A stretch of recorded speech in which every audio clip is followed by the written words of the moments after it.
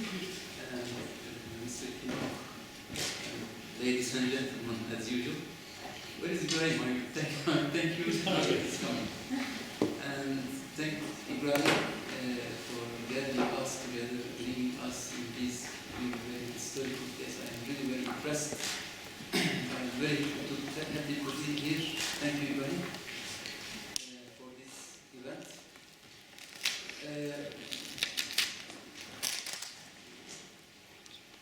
Talk about Turkey and Turkish transformation, and as usual, probably in the definition of that event in the invitation letter you have read it.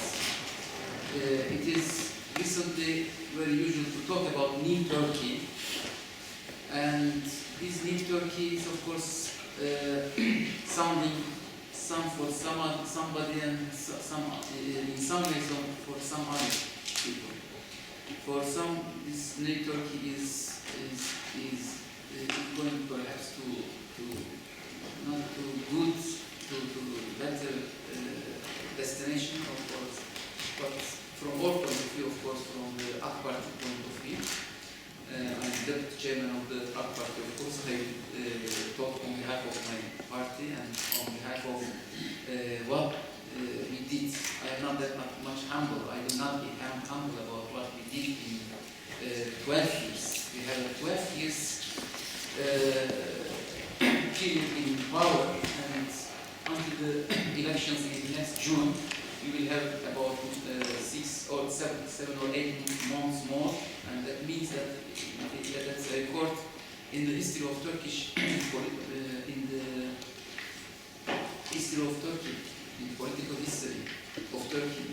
It is that there is no party which rules in democracy, of course. There was a single party period during 23 and 50, but that was a single party. It was the founder party of Turkey, and there was no democracy at that time, of course. It was a single party, but after the 50s, there is no party which rules in this way and which received and increased linearly its votes while in power.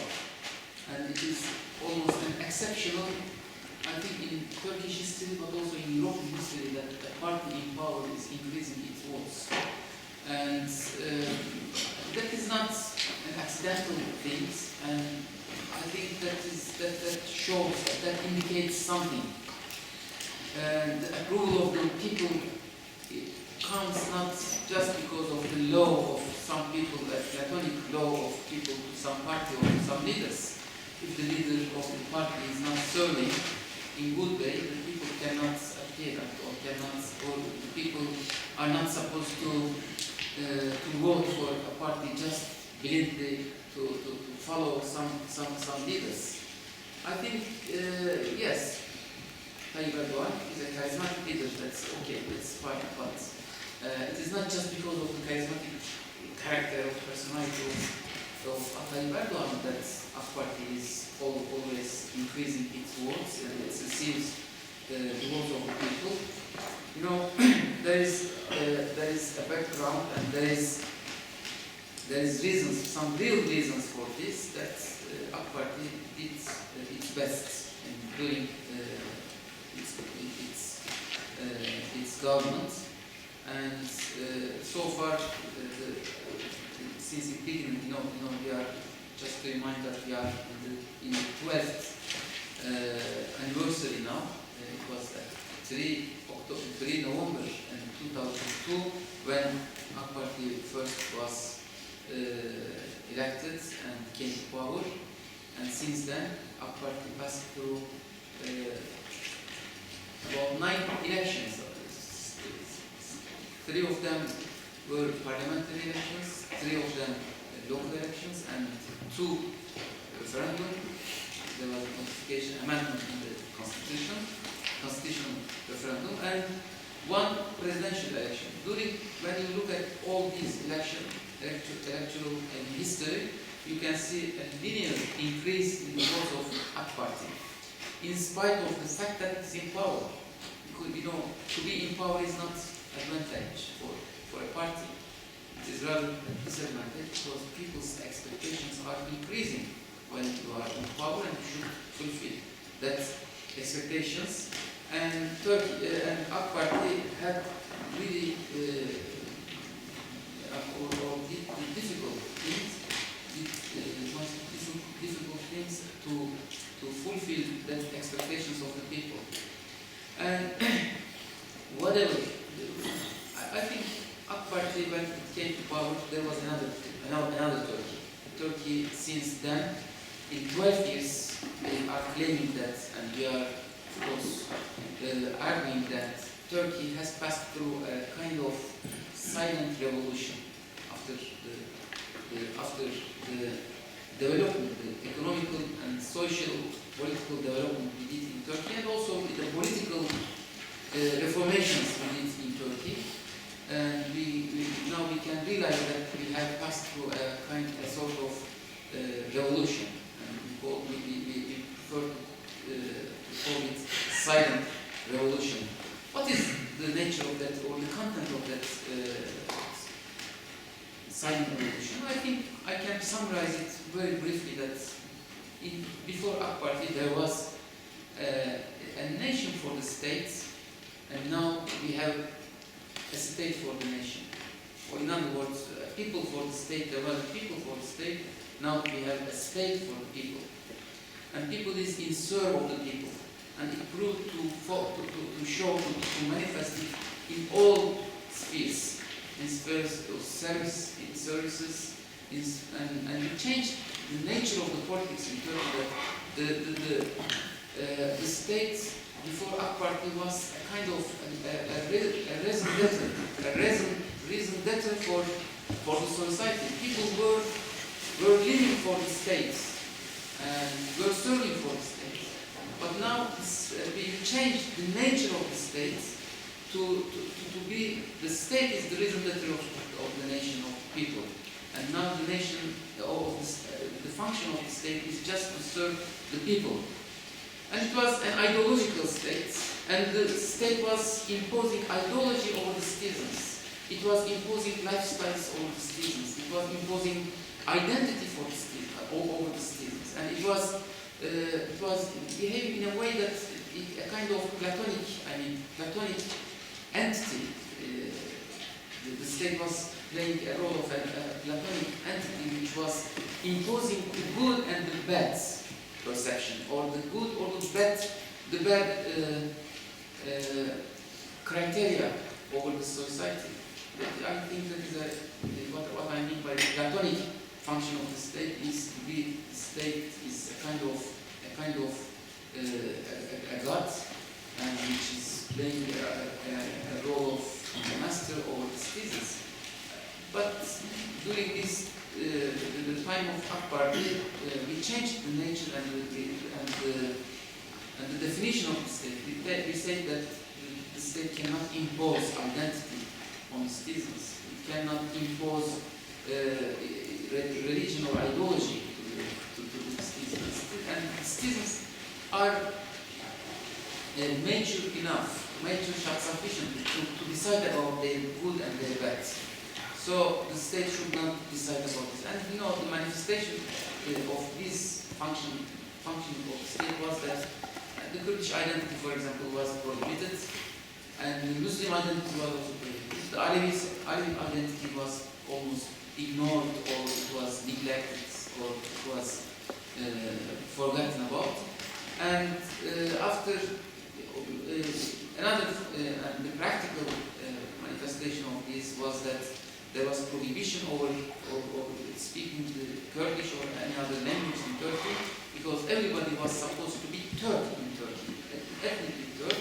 If he claimed that I am Kurd, that is a misunderstanding of himself. He doesn't understand himself. Actually, the Kurds are the Turk who live in the mountains, and when they walk on the snow, they make the voice of Kurd, and they became Kurd. And that is the explanation of how the Kurds became Kurd out of the Turks.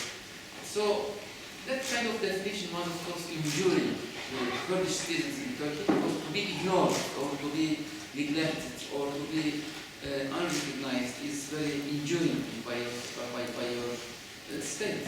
And to be defined in a way you don't agree or you don't confirm, it's not, of course, that it's not good for a citizen. So in Turkey, the oppression over the Kurdish identity was put an end during the Akbar. And if you say I am Kurd, it was a reason for being prosecuted and even for being sentenced for some reasons. So there was not a freedom of expression, and there was oppression of your freedom of expression and identity. But in the time of when Akbar came to power, before coming to power, there was a program you can follow it in the internet, in Akbar, in the internet. Now it is still on the site. It was described in 2001, and there you can follow the vision of Ak Party just in 2001. I remind this, and I insist on this point just to remind that Turkey or Ak Party, when did these reforms and gave all the rights to the Kurds, and not to the Kurds only. It made reformation in general.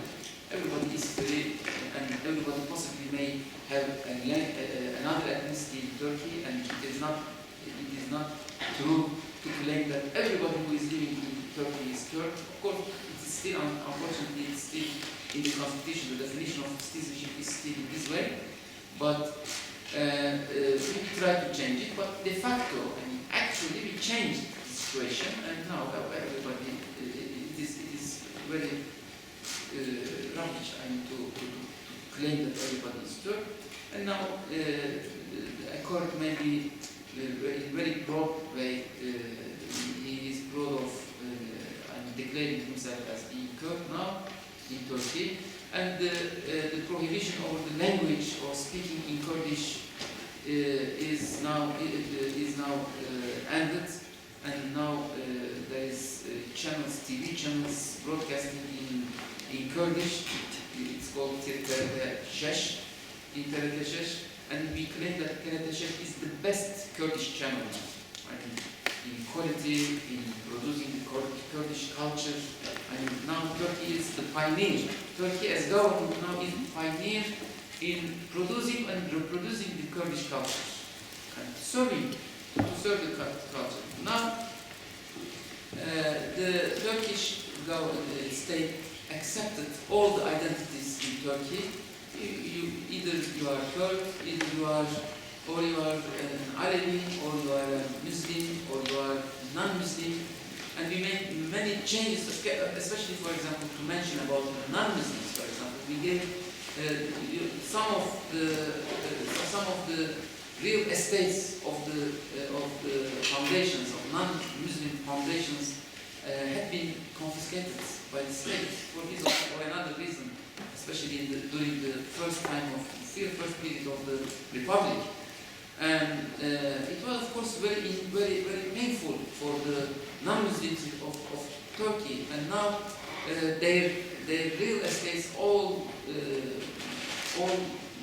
were restored and given back to the non-Muslims. For example, I think there are many things to be done in this context, but just to remind you, or just to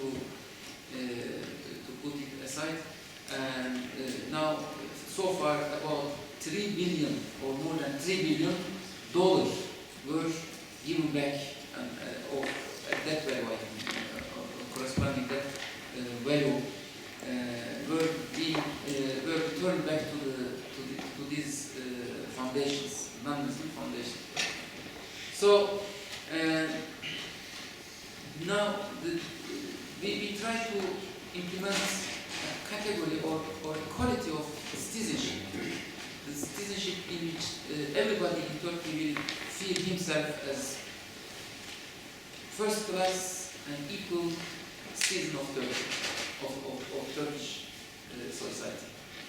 So we try to abolish all kind of discriminations and all kind of restrictions or prohibitions, and just to make Turkey made of 77 million people, all equal and all in the guarantee of the state, and the state will serve to the 77 million people.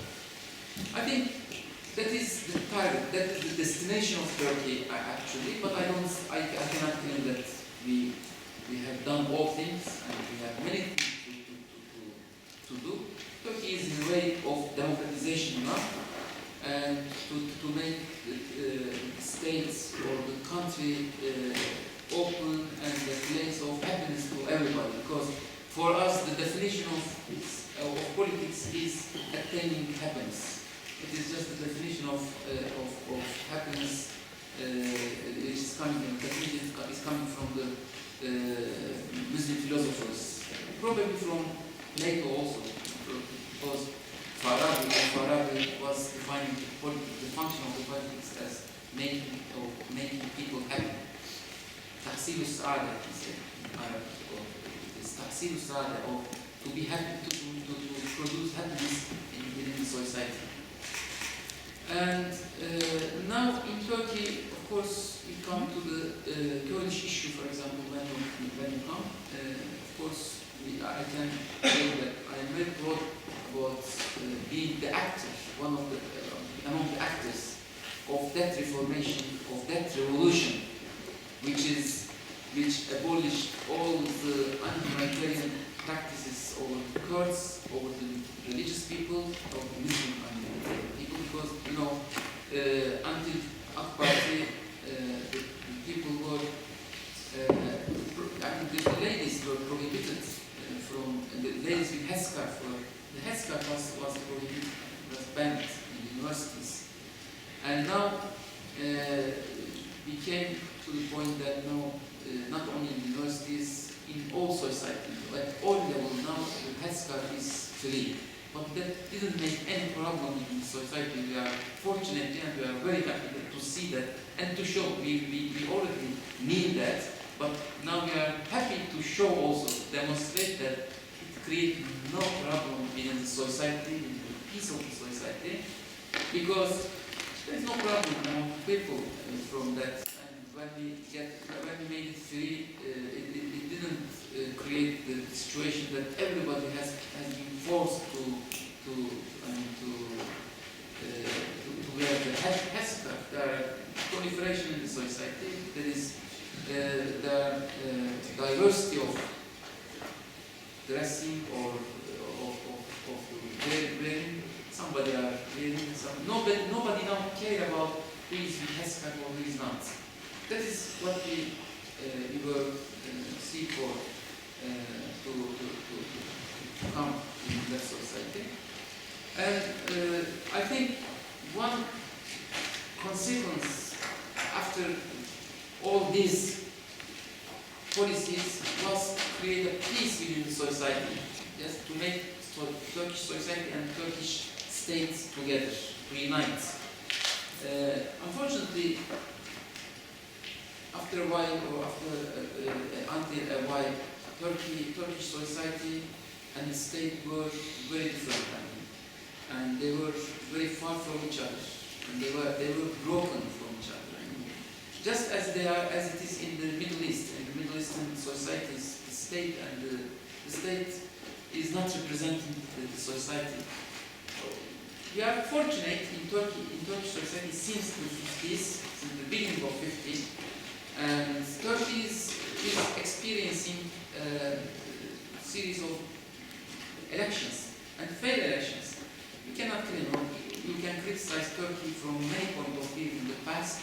There are coup d'etats and there are tutelage of the military and or some other bureaucracies over society or over the system, political system. But we had very good advantage and very good way that we had free elections and fair elections, and there were very few exceptions to the fair election. It was at the time of the coup d'etats, for example, after the 82, when the constitution was in referendum, and was put in referendum, and at that elections, of course, we cannot claim that it was a fair election because it was almost open voting and secret counting. And just as it was before the 50, in 46 we had the same elections in which there was a vote, open vote and free or open votes. Secret counting. Yes.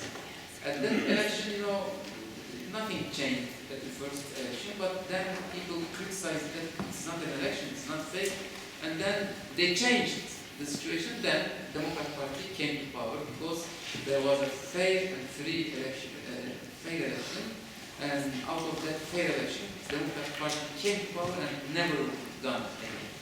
And it always stayed in power, itself or its successors or its heirs. And but the exception was, I think, in 82 only. Probably in the 60, early 60, first election also. We don't remember, of course, but we know from history that was not a fair election at that time. But in general, there was always coup d'etats or coup d'etat attempts or the tutelage or the watching of the big brother, the army, or the military, or the bureaucracy of them. Always were watching the system by this or another way. They had many instruments or many other ways to watch the system and to make the system the tutelage. But anyway, in spite of anything, we had that chance in Turkey. And unfortunately, in the Middle Eastern countries, there is no that kind of chance. I mean, in Egypt, for example, you go to the elections and you got the results, 99% Hussein Mubarak. It was first like this, and now it's 99% is Sisi. Or this is 90. They were relatively fair. They said 96.9%. And so that elections is a very good opportunity for Turkey because it always gave the chance to the people to interfere, to be the active. The people always remain active in this or another extent, at some extent. And always, of course, tutelage mechanisms try to manipulate the system, but at the end of the day, at the end of the play, at the game, you see the decision of the people was coming and it was changing the situation. And the AK Party government, of course, came out of, after a series of the direct or indirect interference of the military. In the 97, it was the last direct interference of the military. It was the coup d'etat 28 February. And that was really too much destroying, the society or the social level. Then, but they didn't escape from the elections. The government, which was brought by the military at the end, had to go to the elections, and in the elections, they lost, of course. And now, in 2002, after the government which was brought by the military or the military interference, it was unsuccessful, of course, because that kind of interference are part of corruption, and they always behave in corruptional way. Because the military interference had never got a chance to be far from corruption. The coup d'etat itself is a corruption. The coup d'etat itself is corruption. It is corrupting the political system. It is interfering and it is confiscating some authority which has not the rights. And so that corruption is, I think, is of course evaluated by the society in the best way. And then in 2002, after that last coup d'etat, people brought Party to power. And since then, of course, I think the Party came to power out of some developments, sociological developments within Turkey. When you talk about Turkey, Turkey is not only made by the politicians. Just on the contrary, the politicians are made by the society. And that sociological change within Turkish society, let me say, since in the 1950 Turkish population was the proportion of the urban population was only 25%. Only 25% were living in cities, in the urban side. And and this was stable since the beginning of the Republic. In the beginning of the Republic, in 1923, the population, the amount of the proportion of the urban side was the same, 25, and it remained the same in 27 years, no change. But after the free elections or the fair elections, then democratization of the state, and there was a suppression over urbanization also. There was suppression and there was restrictions, about urbanization or migration from the rural to the cities. Then this was making the society very constant and very frozen, and no change in society sociologically. But then in the 50s, the opening of the society started, and the urbanization of the Turkish society also starts. And then Turkish society gradually and linearly, by linear way, started to urbanize. Just to give you the last statistic, now it is about 80% are urban. Look at this. Now in 65 years, about 55% of the population became urbanized. That is very, very fast urbanization. I mean, I just to give you an impression or an idea about the dynamism of Turkish sociology. That amount and that amount of urbanization in that period, that short period, is always making a society very dynamic. And of course, the problems in terms of democratization, in terms of creating or the constitution of new classes or new strata, or in the urban side, especially the middle classes, and the emergence of and development of the middle class is creating too much expectations from the state, of course. People who are coming from the rural to the cities are seeking for jobs, for facilities, for many things. They are asking from the state anything. And so the state has to change itself, to adapt itself to that expectations of course. And I try to say that there was a changing society, but unchanging state in Turkey. So the state was not updated. The state was in need of updates in Turkey, because it was behaving as if it was in the 19th century state. But society is not in the 19th century. Society is in the 20th century, even in the 21st century. It is going to the 21st century. It is moving toward the 21st century, but the state is resisting and insisting to stay in 19th century, or at best in the early 20th century. So the problems we were feeling in Turkey, in the old Turkey, was that the disharmony or the disharmony between society and the state. And I think the success of AK Party is to reply or to fulfill the desires or the expectations of that new society. There's new Turkey which is coming from below, not from above. I don't say that AK Party is changing the society.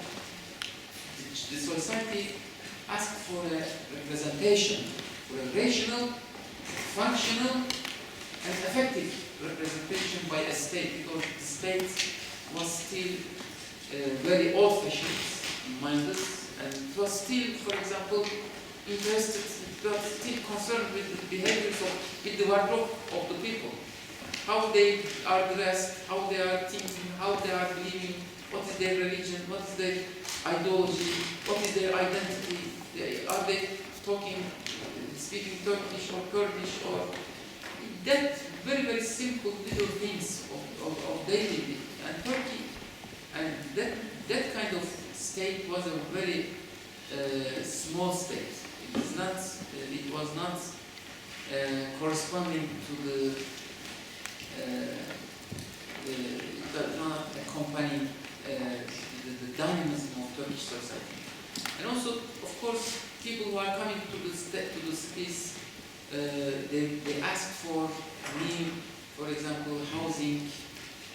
Somebody came to cities and without the state regulations, they had to create their housing in squatter housing, gecekondu, and of course this was not good and continued for a while. But the people were in need of more opening, and when AK Party came to power, of course, it tried to fulfill and tried to catch the speed of that change, sociological change, and created too much universities. For example, there was a resistance.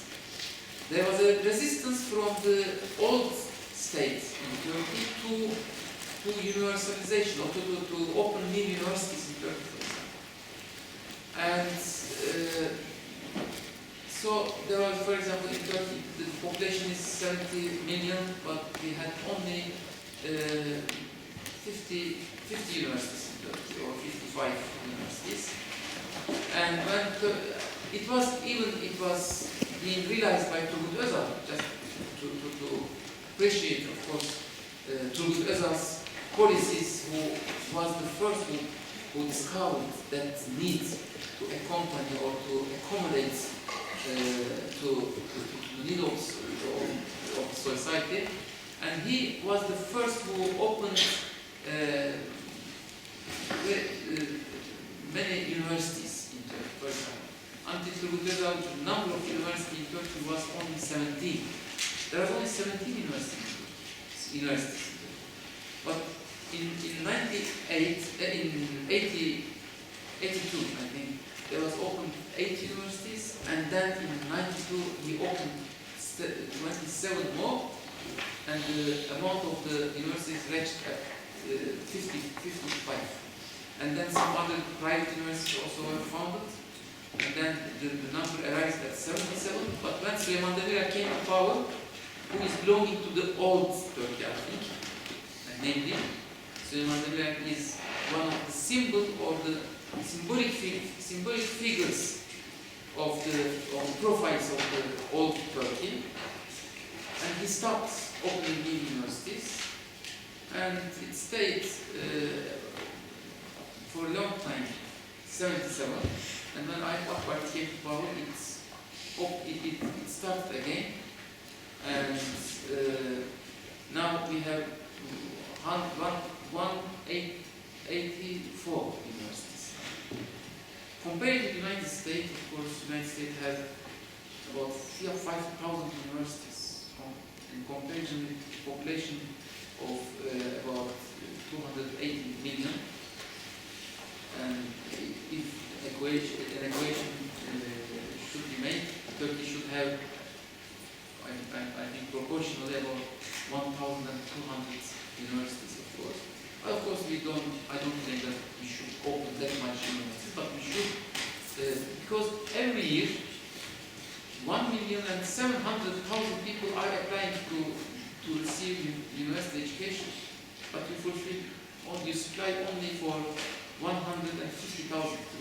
The rest of it, whatever they say, whatever they do, don't care. And the system, the old system, the old Turkey was not caring about them. But now in Turkey, after it was a problem for them. People who are asking for education and the government which is not supplying. This is a problem actually. And if the people are asking for something, of course, the role of the government should fulfill that. Either you should stop, you should suppress that demand from, so why do these people demand that much education?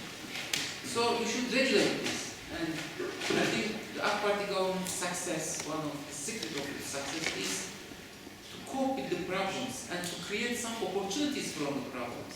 And if it is a problem, there is opportunity. The problem is not something that you should escape from. Just on the contrary, if there is a problem, there is also an opportunity, and you can manage it. If you manage it successfully, you can create many possibilities for good development and for more steps forward. So what Turkey did, and now it is very much benefiting from that number of universities now. It is now really benefiting because the level of education is getting more and more and higher and higher, and this education is motivating and stimulating the economy, and is also helping to increase the quality of urbanization of Turkey, because there is university in each city now, at least one university in each city, and of course not the same quality, but there is many investment, too much investments to increase also that quality.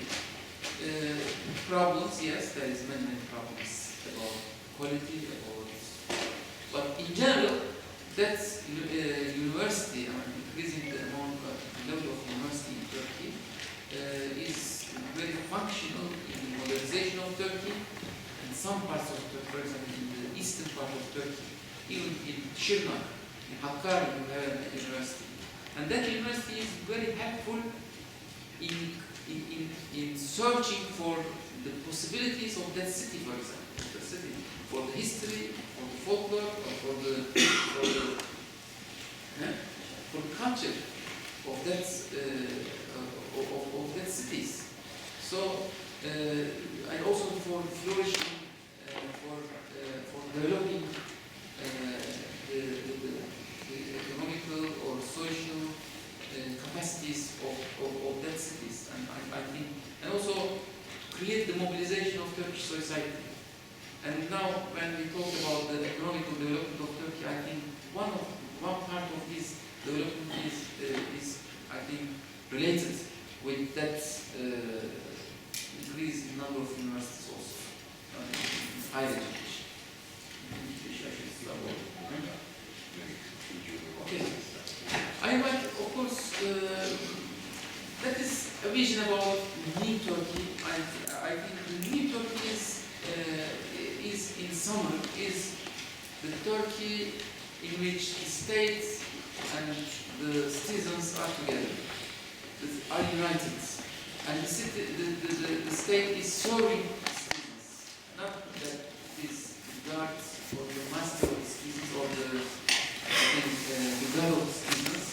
Just on the contrary, now we have it is not a guardian, and the state is not a guardian but a servant.